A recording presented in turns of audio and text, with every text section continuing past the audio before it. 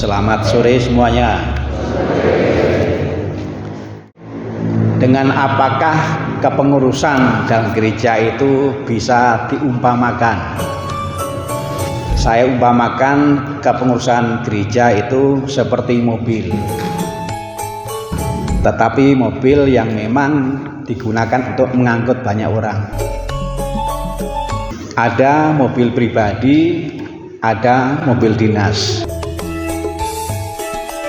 Kalau mobil pribadi itu penggunaannya terserah masing-masing.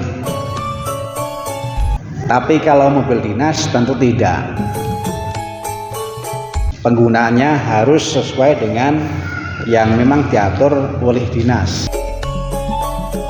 Kepengurusan itu mobil dinas, itu mobil gereja. Dan gereja itu miliknya Yesus. Maka penggunaan kepengurusan harus seturut dengan apa yang dikehendaki oleh Yesus. Dan hal ini kita bersyukur karena Yesus mengangkat seorang anak.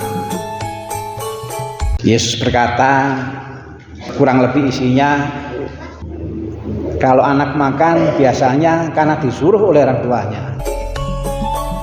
Kalau anak itu belajar karena disuruh oleh orang tuanya. Kalau anak itu salaman karena disuruh oleh orang tuanya. Ada begitu banyak hal yang dalam diri anak dilakukan karena perintah dari yang lain. Mobil dalam gereja, kepengurusan dalam gereja miliknya Yesus. Kita berusaha untuk menggunakan itu, tapi sesuai dengan apa sih yang dikehendaki oleh Yesus. Kita bersyukur karena pelantikan ini dilakukan pada bulan Kitab Suci Nasional.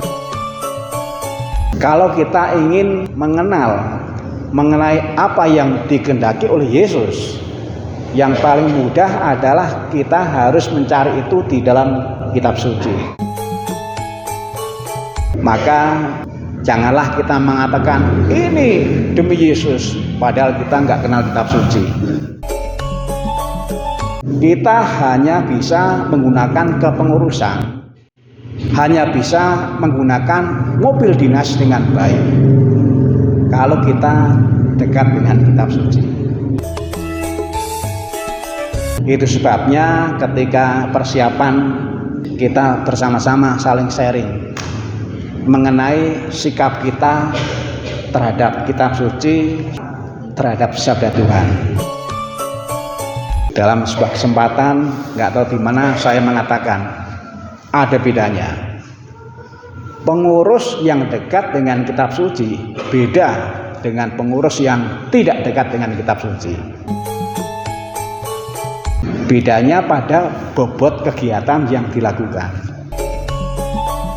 Kalau pengurus itu nggak dekat dengan Kitab Suci, hampir pasti kegiatan yang dilakukan bobotnya lebih pada sesuai pikirannya sendiri. Tetapi kalau pengurus itu dekat dengan Kitab Suci, hampir pasti kegiatan yang dilakukan sesuai dengan pikirannya Yesus. Karena apa? Karena Kitab Suci akan menuntun apa yang mau saya lakukan. Mudah-mudahan kepengurusan ini seperti yang kita lakukan ketika persiapan. Terus berupaya untuk saling menyemangati agar para pengurus makin dekat dengan sabda Tuhan, karena disitulah apa yang menjadi perhatian Yesus itu bisa kita pahami, yang kemudian diharapkan menuntun mengenai bagaimana kita menggunakan kepengurusan mobil dinas, mobilnya Yesus. Umat mau dibawa kemana itu juga dipengaruhi oleh seberapa jauh pengurus dekat dengan sabda Tuhan, seberapa jauh pengurus itu memang juga menangkap apa yang diharapkan oleh Yesus. Saudara sekalian terkasih, Kalau kita mencermati mobil, ya, mobil itu mempunyai berapa ban?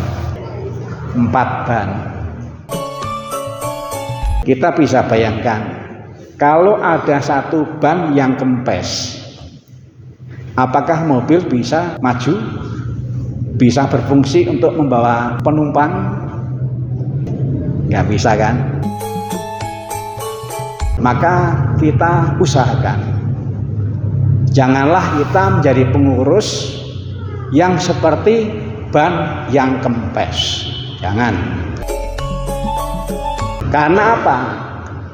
Karena kalau kita itu sebagai pengurus seperti ban yang kempes, kita tanpa disadari malah menghambat, malah menciptakan masalah.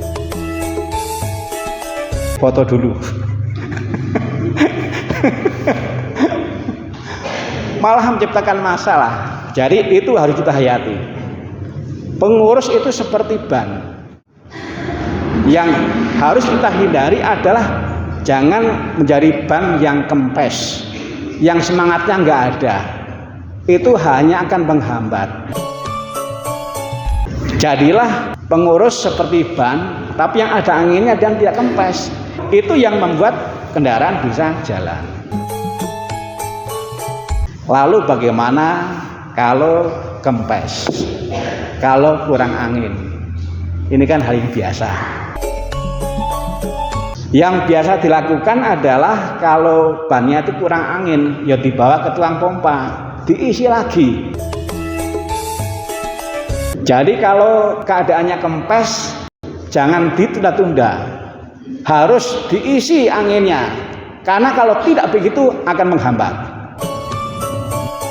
Kalau memang untuk itu perlu pertolongan dari orang lain, ya jangan ditunda-tunda, harus minta tolong. Jadi ban kempes itu masalah, yang karena masalah harus diatasi dan jangan dibiarkan. Dan kalau pengurus itu suatu ketika seperti ban yang kempes yang kurang angin, itu juga wajar. Itu wajar. Itu bukan yang salah. Yang penting adalah ketika ban itu kempes, ya diusahakan supaya ditambah anginnya atau mungkin ditambal. Harus diatasi. Kalau kita melihat bagaimana Yesus bersikap terhadap murid-muridnya, dalam banyak kesempatan Yesus itu juga memotivasi mereka supaya bannya nggak kempes, supaya anginnya tetap terjaga. Di dalam kitab suci ada kisah di mana Yesus mengajak para murid ke Gunung Tabor. Apa yang dikerjakan Yesus di sana? Mengisi angin para murid. Para murid diberi motivasi supaya semangatnya terjaga. Saudara sekalian terkasih, yuk kita saling bantu. Kita menghayati pengurus, tetapi seperti seorang anak yang ada dalam Injil tadi, yang untuk bisa berbuat memang harus rendah hati terhadap petunjuk, tetapi yang dimaksud adalah petunjuk dari Yesus yang mudah dijumpai kalau kita punya ketekunan membaca kitab suci. Saya membayangkan kalau pengurus itu juga punya ketekunan membaca pesan Yesus, membaca sabda Tuhan, entah yang ada di kitab suci, entah yang ada di buku-buku rohani, entah yang ada di HP.